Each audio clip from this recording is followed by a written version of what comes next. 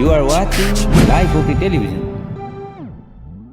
Life OK समाचारको साथमा Balvatika school Pepsicola learning made simple Jiva life to your style wellness mall natural way to improve your health. नमस्कार, Life OK समाचारमा स्वागत छ। सुरुमा मुख्य समाचार। नयाँ अठोटका साथ मुलुक अघि बढिरहेको प्रधानमन्त्री ओली। तोकिएको समय सीमाभित्रै धरहराको पुनर्निर्माण हुने विश्वास व्यक्त। थप 81 जनामा कोरोना पुष्टि।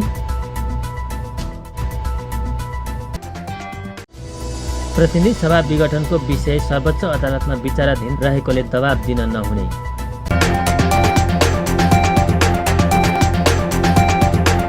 अब समाचार विस्तारमा। प्रधानमन्त्री केपी शर्मा ओलीले समृद्धि नेपाल सुखी नेपालको राष्ट्रिय लक्ष्य लिएर नयाँ अठोटका साथ मुलुक अघि बढिरहेको बताउनु भएको छ।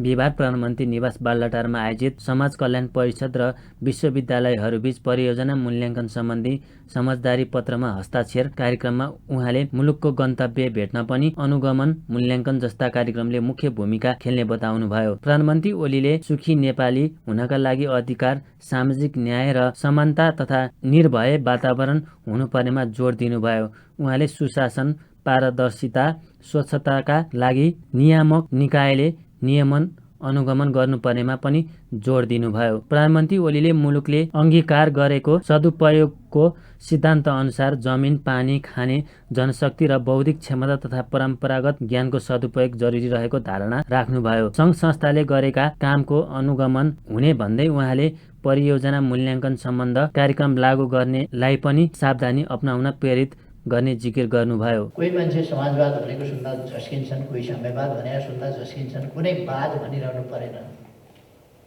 सर्वे भवन्तु सुखिनलाई कुनै वाद भन्नु परेन। कुनै वादले त्यसलाई अस्वीकार गर्दैन। सबै वादहरू अब यो विभिन्न प्रकारका विकृत वादहरूका कुराहरू आफ्नो ठाउँमा होलान्। कसैका हाटोटवाद हुन्छन्, कसैका लाटलुटवाद हुन्छन्, कसैका परिवारवाद हुन्छन्, कसैका नातागोतावाद हुन्छन्, कसैका के वाद हुन्छन्, कसैका के वाद हुन्छन्। यी अनुचित वादहरू वाद होइनन्। तर वास्तवमा मानवतावाद भनेको चाहिँ त्यसलाई ठम्म्याएर नै हामीले त्यो हाम्रो गन्तव्य पोइन्ट गरेका छौँ। र त्यो गन्तव्यमा पुग्ने कसरी भन्दा हाम्रा सम्पूर्ण प्रयासहरू, हाम्रा सम्पूर्ण सरकारी, गैर सरकारी, सामाजिक, शैक्षिक, आर्थिक, स्वास्थ्य क्षेत्रका, पूर्वाधार क्षेत्रका सम्पूर्ण प्रयासहरूमा हामी जो केन्द्रित हुन्छौँ, ती सबै प्रयासको गन्तव्य के हो भन्दा समृद्ध नेपाल, सुखी नेपाल। हामीले लगानी गरेका ठाउँमा हामीले बनाएका आयोजनाहरू नतिजामुखी काम कार्यक्रम र सुशासन भनेर जुन नारा समाज कल्याण परिषदले दिएको छ, यसको सुशासन भन्नाले यहाँ करप्सन फ्री, क्लिन प्र्याक्टिस भने हो। यहाँनिर सुशासन भनेको चाहिँ नि गुड गभर्नेन्स भन्दा पनि क्लिन, करप्सन फ्री प्र्याक्टिस, यसमा चाहिँ जोड दिएको हो। यहाँनिर सुशासन भन्दाखेरि ठाउँ ठाउँ अनुसारको विषय वा प्रसङ्गले अर्को अर्थ नलागेमा यस ठाउँमा सुशासन भन्नाले त्यसो बुझिनेछ। किनभने यसले होल गभर्नेन्सको एउटा पार्टको रूपमा कुरा गरेको छ हामीलाई। एकातिर यसले सुशासनको कुरा गर्छ, अर्कातिर सुशासनका लागि, पारदर्शिताका लागि, स्वच्छताका लागि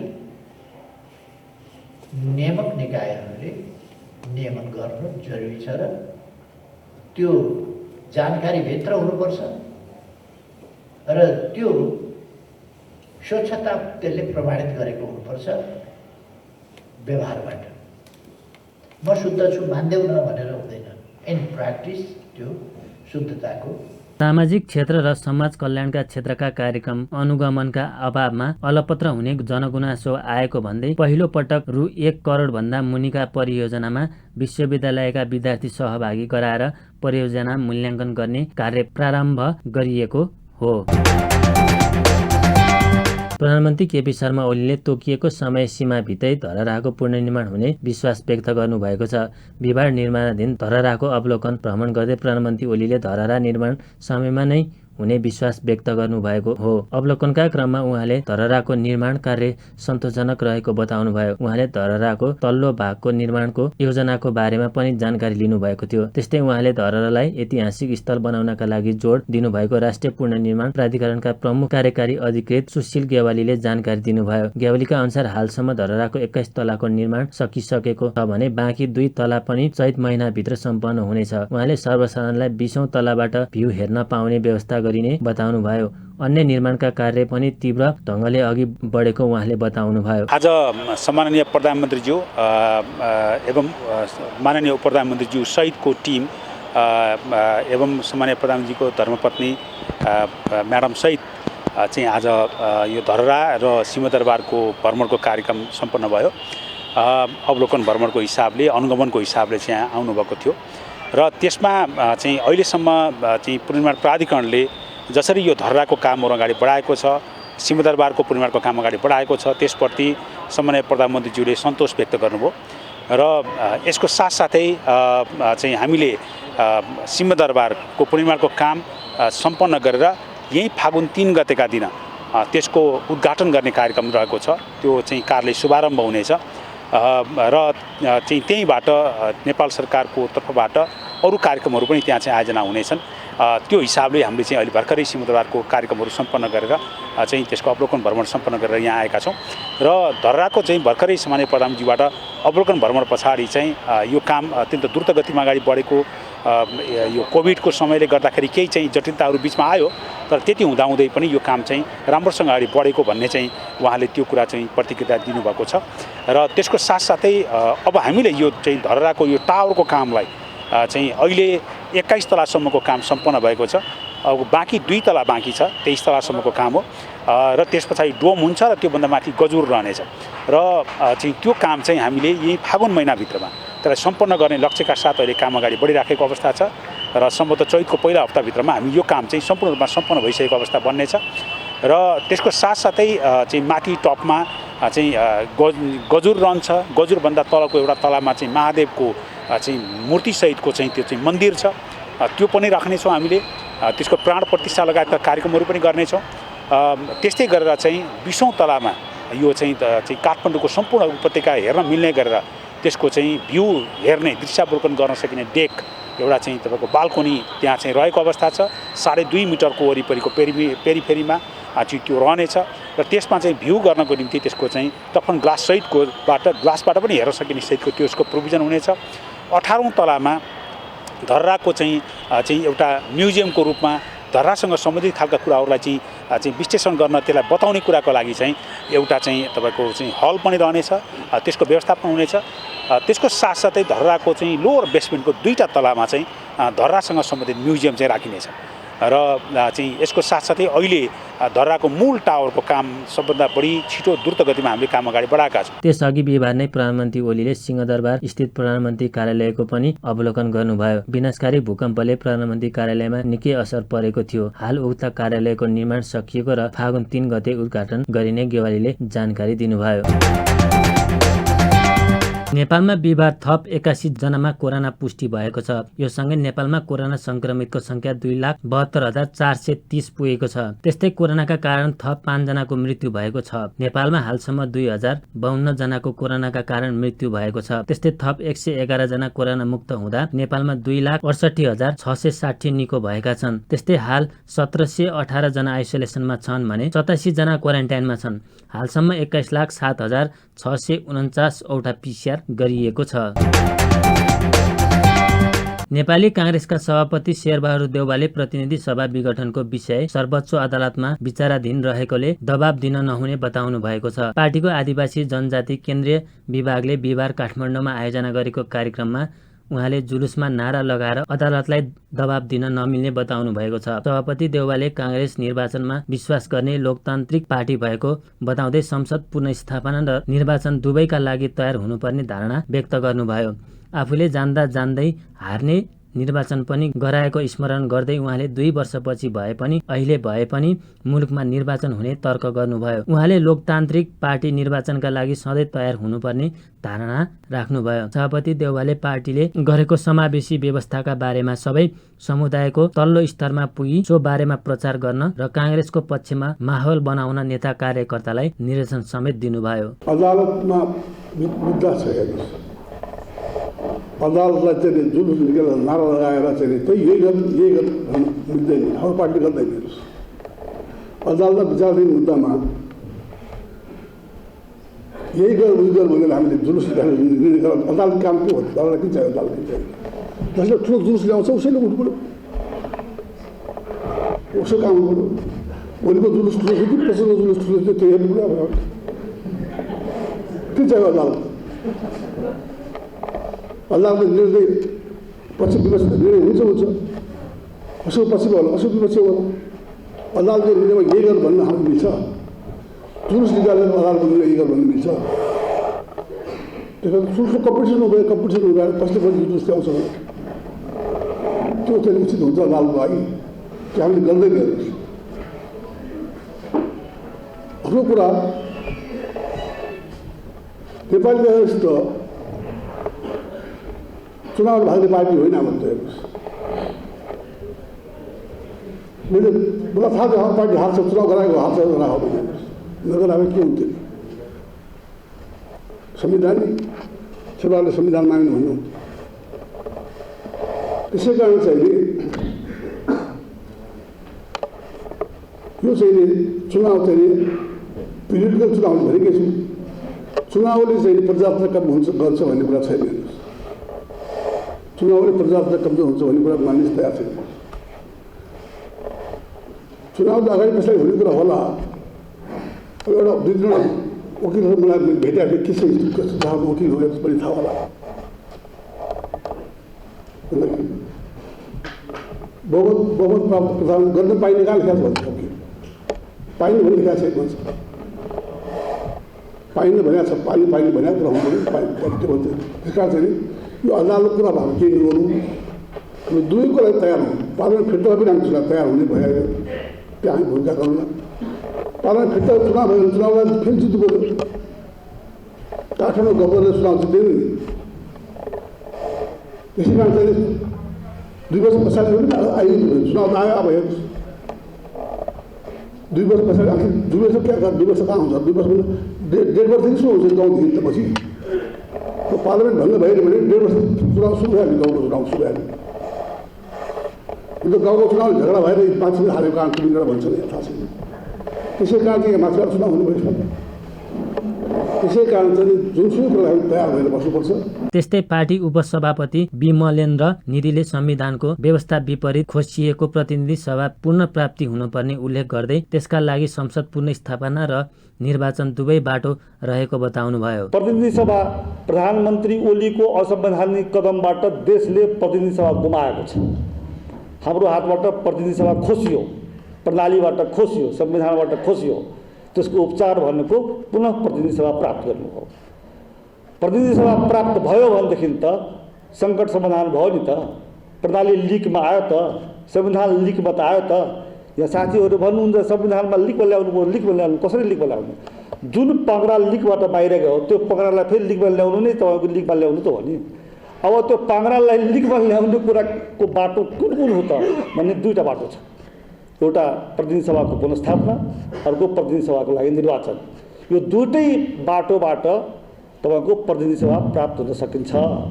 यो प्राप्त हो भनेदेखि त्यो प्रणाली पनि जोग्यो, संविधान पनि जोग्यो। त्यस कारणले हाम्रो सम्पूर्ण काम भनेको प्रतिनिधि सभा प्राप्त गर्ने कुरामा नै तपाईँको केन्द्रित हुनुपर्दछ। मैले आदिवासी जनजातिका साथीहरू र नेता साथीहरूलाई आग्रह गर्न चाहन्छु। त्यस कारणले हाम्रो नेपाली काङ्ग्रेसको नीति नै छैन, रोधारे भयो भनेर भ्रममा परिरहनु जरुरतै छैन। 2टै कुरा हो। प्रतिनिधि सभा पुनर्स्थापना पनि संवैधानिक बाटो हो र निर्वाचन पनि संवैधानिक बाटो हो। हाम्रो पनि कुराकानी हुन्छ। होइन असंवैधानिक भनिसकेपछि निर्वाचन कसरी संवैधानिक हो भनेर भन्छ। यो प्रतिनिधि सभाको विघटन भनेको असंवैधानिकै हो, किनभने संविधानमा लेखेको छैन विघटन गर्ने अधिकार। तर निर्वाचनको कुरा त संविधानमा लेखिएको छ नि त, त्यसकारण त्यो संवैधानिक हो। सहमहामन्त्री डाक्टर प्रकाश शरण महतले प्रतिनिधि सभा विघटन भएको अवस्थामा संसद चाँडै आउनुपर्ने बताउनुभयो। त्यस्तै अन्य सहभागीहरूले आदिवासी जनजातिका मुद्दामा गरेको समावेशी व्यवस्था र पार्टीसँगको सम्बन्धका बारेमा धारणा व्यक्त गर्नुभएको थियो। सरकारको पहलमा काठमाडौँमा वाटर एटिएम सञ्चालनमा आएको छ। पानी खानका लागि आवश्यकता अनुसार सिक्का वा नोट राखेर स्वचालित रूपमा पानी आउने वाटर एटिएम सञ्चालनमा आएको हो। खानेपानी मन्त्रालय, काठमाडौँ महानगरपालिका र काठमाडौँ उपत्यका खानेपानी व्यवस्थापन बोर्डको संयुक्त प्रयासमा सञ्चालनमा ल्याएको वाटर एटिएमको खानेपानी मन्त्री मणिचन्द्र थापाले उद्घाटन गर्नुभयो। वाटर एटिएम जडान भएसँगै स्वच्छ र गुणस्तरीय पानी पिउने सुविधा उपलब्ध भएको र सर्वसाधारण लाभान्वित हुने मन्त्री थापाले बताउनुभयो। उहाँले 15 वटा एटिएम राख्ने लक्ष्य रहेको र हाल 4 स्थानमा सञ्चालनमा आएको जानकारी दिनुभयो। एउटा प्रविधिको प्रयोगको रूपमा पनि हामीले यो गर्न कोसिस गरेका हौँ। दोस्रो, यो काठमाडौँ भेलीभरिमा हामीले 15वटाको हाम्रो योजना हो र 4वटा अलि चारवटा बनिसकेको छ र अरू बन्ने प्रोसेसमा छ। यसलाई हामीले स्थानीय सरकारसँग मिलेर देशव्यापी रूपमा यो प्रविधिलाई हामीले अपनाउने प्रयत्न गर्छौँ र यो विशेष गरेर चाहिँ अब सेवामूलक हो। सेवामूलक रूपमा सहज पहुँच होस् भनेर आधुनिक सहरहरूमा पनि यस्तो हुने गर्छ। त्यसैलाई हामीले चाहिँ प्रयोग गर्न कोसिस गरेका हौँ। पानीका लागि उपभोक्ताले प्रति 200 मिलिमिटरका लागि 1 रुपियाँ तिर्नुपर्नेछ। प्रति लिटर पानीको 5 रुपियाँ तिर्नुपर्ने व्यवस्था गरिएको छ। सुरुमा काठमाडौँको शान्ति बाटिकाबाट सुरु गरिएको वाटर एटिएमलाई अन्य स्थानमा पनि विस्तार गरिने मन्त्रालयले जनाएको छ। प्रतिनिधि सभा पुनर्स्थापना लगायतका 3 बुँदे माग राख्दै डाक्टर गोविन्द केसीले 20औं सत्याग्रहको घोषणा गर्नुभएको छ। बिहिबार काठमाडौँको माइती घरमा पत्रकार सम्मेलन गर्दै डाक्टर केसीले आउँदो फागुन 12 गतेसम्म आफ्ना माग सम्बोधन नभए सत्याग्रह सुरु गर्ने घोषणा गर्नुभएको हो। प्रधानमन्त्री केपी शर्मा ओलीबाट संविधानमाथि निरङ्कुश प्रहार भएकाले त्यसको विरोध गर्न आफ्नो मौलिक कर्तव्य भएको कारण सत्याग्रहको घोषणा गरेको डाक्टर केसीले बताउनुभयो। केसीले असंवैधानिक रूपमा गरिएको प्रतिनिधि सभा विघटनको प्रयासबाट संविधानको रक्षा गर्नुपर्ने पहिलो माग अघि सार्नु भएको छ। त्यस्तै अवैध रूपमा संवैधानिक निकायहरूमा गरिएको नियुक्ति रद्द गर्नुपर्ने उहाँले बताउनुभयो। त्यसैगरी चिकित्सक, शिक्षा र स्वास्थ्य क्षेत्र सुधारका लागि यस अघि भएका सम्झौता कार्यान्वयन गर्नुपर्ने र चिकित्सा शिक्षालाई गैर नाफामूलक बनाउने, सबै सार्वजनिक शिक्षण संस्थामा 75% छात्रवृत्ति कार्यान्वयन गराउने लगायतका राष्ट्रिय चिकित्सक शिक्षा ऐनका प्रावधानहरूको कार्यान्वयन गर्नुपर्ने उहाँले जानकारी दिनुभयो। झन्डै 8 दशकसम्म नागरिकहरूले रगत पसिना बगाएर ल्याएको लोकतान्त्रिक व्यवस्था जोखिममा छ। संविधानको मर्म मारेर एक व्यक्ति सर्वसर्व हुने र राज्यका सबै संस्थाले उसको स्वार्थ अनुसार काम गर्ने अधिनायकवादी व्यवस्था संस्थागत गर्ने प्रयास अहिले भइरहेको छ। अहिलेको नेपालमा हामी नागरिक सार्वभौम हौँ। त्यसैले हामीसँग बोल्न, लेख्न पाउने र सम्मानजनक जीविका आर्जन गर्ने अधिकार मात्र होइन, लोकतान्त्रिक अधिकार र स्वतन्त्रताहरूको रक्षा गर्ने जिम्मेवारी पनि छ। यस अगाडि राज्यका जुनसुकै र जतिसुकै शक्तिशाली व्यक्तिहरूले हाम्रो स्वतन्त्रता र अधिकारहरू हनन गर्न खोज्दा नागरिकहरूले तिनलाई परास्त गरेको इतिहास छ। हामी 1 दशकदेखि देशको स्वास्थ्य र मेडिकल शिक्षामा सुधार तथा सुशासनका पक्षमा निरन्तर सङ्घर्षरत छौँ। हाम्रा कति मागहरू अहिलेसम्म पुरा भएका छैनन् र हामीसँग भएका धेरै सम्झौता कार्यान्वयन भएका छैनन्। चिकित्सा शिक्षा ऐन जारी भएर चिकित्सा शिक्षा आयोग बने पनि ऐनमा सुधार गर्नुपर्ने कुराहरू धेरै छन्। मेडिकल शिक्षामा गैर नाफामूलक बनाउने भन्ने ऐनका प्रावधानहरू कार्यान्वयन गर्ने सम्बन्धमा कुनै पनि प्रगति भएको छैन। ऐन अनुसार सार्वजनिक संस्थाका रूपमा 75% छात्रवृत्ति दिनुपर्ने काठमाडौँ विश्वविद्यालय चिकित्सा स्कुल र नेपाली सेनाको मेडिकल कलेजले अझै पनि छात्रवृत्ति दिएका छन्। यी सबै एजेन्डाका लागि हामी निरन्तर लडिरहनेमा कसैले शङ्का नगरे हुन्छ। तर देशको सर्वोच्च न्यायालयले संविधानको रक्षा गर्नेछ भन्ने सबै नागरिकको अपेक्षा छ। बाँकी संवैधानिक निकायहरूको कार्य सम्पादनमा पनि हाम्रो त्यस्तै चासो र निगरानी छ।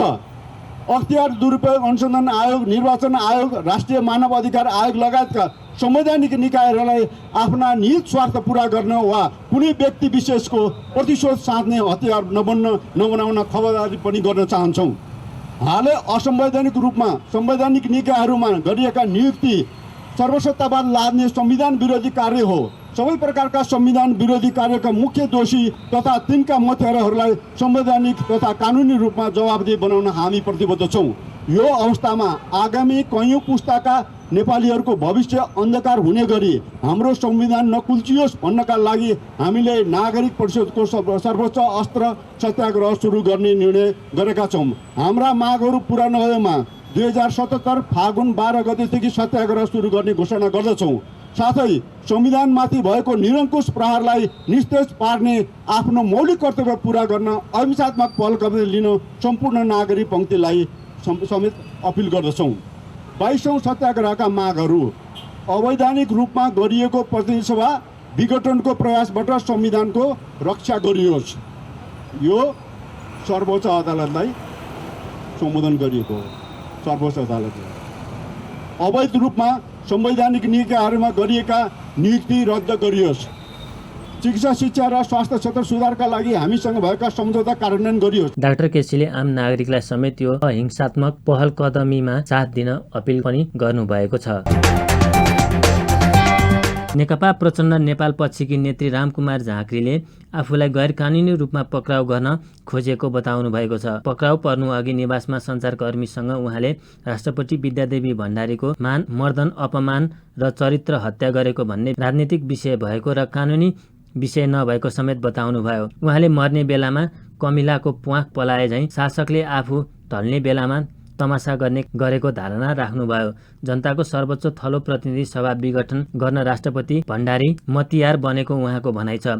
उहाँले जनताको वाक स्वतन्त्रता माथि नै राज्यले हनन गर्न खोजेको बताउनुभयो। उहाँहरूकै बढ्ता प्रेसर हो भन्ने नै बुझ्छु मैले। अनि अब यो अभिव्यक्ति स्वतन्त्रतामाथि कि चाहिँ मौलिक हक निलम्बन गर्न पर्यो। सङ्कटकालमा पनि मौलिक हक निलम्बन हुँदैन। अभिव्यक्ति स्वतन्त्रतामा कसैले पनि बन्देज लाउन सक्दैन। दोस्रो कुरा त्यो चाहिँ हाम्रो संविधानको ब्युटी पनि हो, हाम्रो लोकतन्त्रको सबभन्दा ठुलो उपलब्धि पनि हो हामीले अभ्यास गरेको। अनि अब अहिले चाहिँ गर्न खोजेको अलिकति हेरेसमेन्ट होला, किनभने तानाशाहहरू ढल्ने बेलामा अनेक जुक्तिहरू लगाउँछन्। म अलि धेरै हिँडेको पनि छु, त्यस कारणले हेरेसमेन्टको हिसाबले पनि गरे हो जस्तो लाग्छ। अब अलि मुभमेन्ट कम होस् भन्ने पनि हुनसक्छ। जस्तो यहाँले जुन बानेश्वर कोटेश्वर बालकोटको प्रसङ्ग उठाउनु भएको त्यो के थियो? त्यो कुरा त्यो त त्यति लामो 1-1.5 घन्टाको अब कति 1-1.25 घन्टा बोलेको भाषणको श्रृङ्खला हो र 30 ठाउँहरूले ठाउँ विशेषले अब मान्छेलाई त्यस्तो चोट पुग्छ भन्ने मलाई लाग्दैन, किनभने मलाई पनि चोट पुग्दैन। ती त विभिन्न ठाउँहरू हुन् जहाँ निर्वाचन क्षेत्र लोकेटेड पनि छ। त्यसो भए अब कुनै प्रसङ्गमा भने विषय चाहिँ त्यो अस्मितासँग या इज्जतसँग कसरी जोडिन्छ थाहा भएन कि सरकारले सूचीकरण गर्न पर्यो। यस्ता यस्ता विषय चाहिँ राष्ट्रपति र प्रधानमन्त्रीका प्राइभेट विषय हुन्, यसमा जनताले प्रश्न गर्न मिल्दैन, शब्द पनि उच्चारण गर्न मिल्दैन भन्न पर्यो। होइन भने त त्यो सामान्य बानेश्वर कोटेश्वर होइन चावेल बालकोट भक्तपुर कीर्तिपुर भन्न नपाउने भने त होइन होला। राष्ट्रपतिको भूमिकाका प्रति यहाँहरू सन्तुष्ट हुनुहुन्छ र नागरिक सन्तुष्ट हुनुहुन्छ र? राष्ट्रपतिको दोहोरो भूमिका छ। उहाँलाई संविधानले संविधानको परिपालक, संविधानको संरक्षक, कानुनको परिपालक भन्छ र राष्ट्रपतिले गर्ने काम कानुन बमोजिमको मात्रै हुन्छ भनेर संविधानमा स्पष्ट किटान गरिएको छ। र मैले क्याटेगोरिकली जहिले पनि भन्ने गरेको छु कि लिगल पर्सनलाई कानुनले गर्नु भनेको मात्रै काम गर्नुपर्छ र नेचुरल पर्सनले कानुनले नगर्नु भनेको काम चाहिँ गर्नु हुँदैन। नगर्नु भनेका बाहेक सबै काम गर्न मिल्छ। त्यही कारणले गर्दाखेरि चाहिँ अब उहाँहरूले चाहिँ त्यो राष्ट्रपतिले अब एउटा सन्तुलित कानुनको संरक्षण परिपालन गर्ने हिसाबले काम गर्नु भएन भन्ने कुराको उदाहरण त हामीले बुझिरहेछौँ, देखिरहेछौँ र त्यसको परिणाम भोगिरहेछौँ नि त। आज हाम्रा सारा राष्ट्रको, जनताको, नागरिकको सबैको प्राथमिकता बदलिएको छ। यसबेला हामीले के काममा प्राथमिकता राख्नु पर्थ्यो? हाम्रो महामारीको नियन्त्रणको कुरा होला, नागरिकलाई भ्याक्सिन दिने कुरा होला, अनि त्यस पछाडि विकासको कुरा होला, पुँजीगत खर्च गर्ने कुरा होला, नागरिकको जीवनको सहजीकरणको कुरा होला। यी सबै कुरा त अहिले त कहाँ गए? भासभुस कसैलाई एउटा सनक दासलाई निर्वाचन चाहियो, उसको वरपर एउटा निर्वाचनको नामको एउटा नौटङ्की चलिरहेछ र हामीले संविधान र को संरक्षणको लागि र लोकतन्त्रको एउटा सही ट्र्याकमा लोकतन्त्र ल्याउन, कानुन संविधानलाई सही ट्र्याकमा ल्याउन संसद विघटनको विरुद्धमा सडकमा छौँ। हेर्नुहोस् आज प्राथमिकता यस्तो छ। पक्राउ पूर्जी जारी भएपछि झाँक्रीको निवासमा नेकपा कार्यकर्ताले राज्य विरुद्ध नाराबाजी गरेका थिए भने प्रहरीलाई निवास छिर्न दिएका थिएनन्। राष्ट्रपति विद्यादेवी भण्डारीका विषयमा अभिव्यक्ति दिएपछि झाँक्रीलाई पक्राउ गर्न पूर्जी जारी गरिएको हो। नेकपा प्रचण्ड नेपाल पक्षकी नेत्री रामकुमारी झाँक्रीलाई प्रहरीले पक्राउ गरेको छ। उहाँलाई शङ्खमूल स्थित निवासबाटै पक्राउ गरेको हो। केही दिन अघि गोर्खामा भएको कार्यक्रममा राष्ट्रपतिबारे गरेको टिप्पणीलाई लिएर प्रहरीले झाँक्रीलाई पक्राउ गरेको हो। झाँक्रीलाई पक्राउ नगर्न उहाँका निवास अगाडि नाराबाजी भएको थियो। प्रहरीले उहाँलाई राज्य विरुद्धको कसुर अन्तर्गत दफा 58 को कसुरको अनुसन्धानको सिलसिलामा पक्राउ गरेको जनाइएको छ। सामेल गर्ने सन्दर्भमा मेरो निवास वरिपरि खटिनुभएका सुरक्षाकर्मी मित्रहरूलाई पनि धेरै धन्यवाद दिन चाहन्छु। भिडभाडमा तपाईँहरूमाथि कुनै अमर्यादित व्यवहार हुन गएको प्रति पनि म क्षमा याचना गर्छु। धन्यवाद।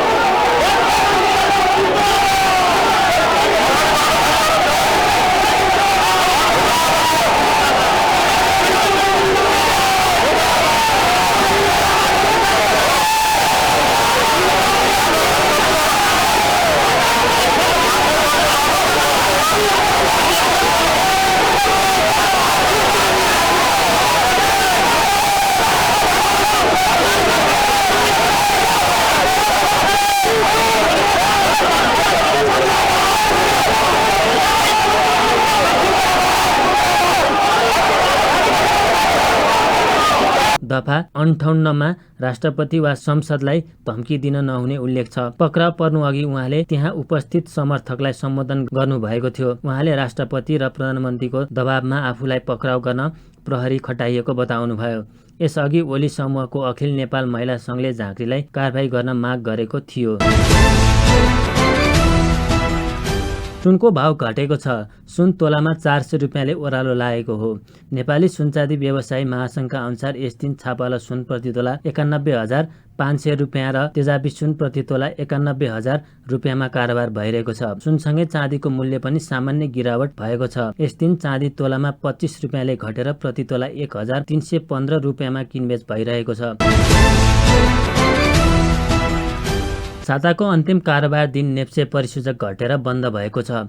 अघिल्लो कारोबार दिन 8.66 अङ्क बढेर बन्द भएको नेप्से यस दिन भने 16 अङ्क घटेको छ। नेप्से परिसूचक 16.11 अङ्क घटेर 2526.92 बिन्दुमा झरेको छ। त्यसै गरी यस दिन सेन्सिटिभ इन्डेक्स 1.66 अङ्क घटेर 463.47 बिन्दुमा झरेको छ। यस दिन फ्लोट इन्डेक्स 0.97 अङ्क र सेन्सिटिभ फ्लोट इन्डेक्स 0.36 अङ्क घटेको छ।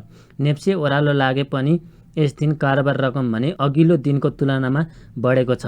यस दिन 206 कम्पनीको 72,734 पटकको कारोबारमा 8 अर्ब 41 करोड 17 लाख रुपियाँ बराबरको 1 करोड 60 लाख 58,000 किता सेयर खरिद बिक्री भएको छ। अन्त्यमा प्रमुख समाचार फेरि एकपटक। नयाँ अठोटका साथ मुलुक अघि बढिरहेको प्रधानमन्त्री ओली। तोकिएको समय सीमाभित्रै धरहराको पुनर्निर्माण हुने विश्वास व्यक्त। थप 81 जनामा कोरोना पुष्टि। प्रतिनिधि सभा विघटनको विषय सर्वोच्च अदालतमा विचाराधीन रहेकोले दबाब दिन नहुने। हस्त अहिलेका लागि लाइफ ओके समाचार यति नै। हेर्दै गर्नुहोला लाइफ ओके टेलिभिजन। नमस्कार।